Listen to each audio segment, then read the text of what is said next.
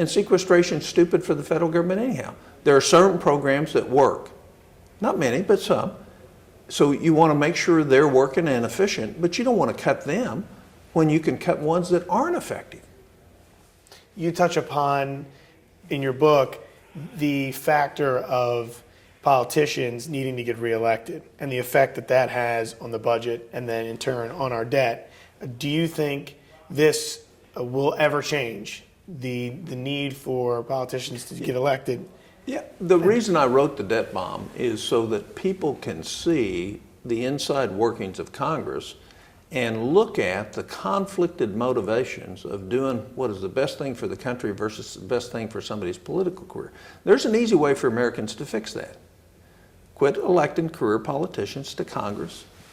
Start electing people who have real world experience, that have actually gone out and done something in the real world, and there's nothing wrong with political service and public service.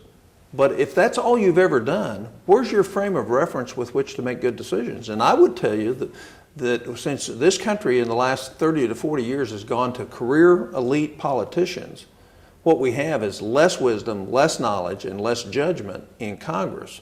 And what we need is people with real hard knocks, really been successful, worked 30 years in our country to come and apply that knowledge and that experience that they have gained to the problems facing our country. You know, the problem is Washington has no idea what it doesn't know. And we make decisions all the time. It's just like the post office bill that just passed here. It's absolutely crazy what we did. Here's a quasi-agency of the federal government that's losing $11 billion a year, and we made it worse, the bill we passed. And that just tells you nobody has any real business experience that voted on for that bill. So, you know, the problem is this is a real problem.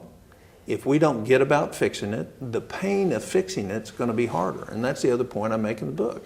We ought to be asking Washington, why are you not addressing the number one problem facing our country, which is our unsustainable debt, the unsustainability of Medicare, the unsustainability of Social Security. Instead, we see this short-term partisan battles going on while we ignore the real underlying problem that will devastate our future.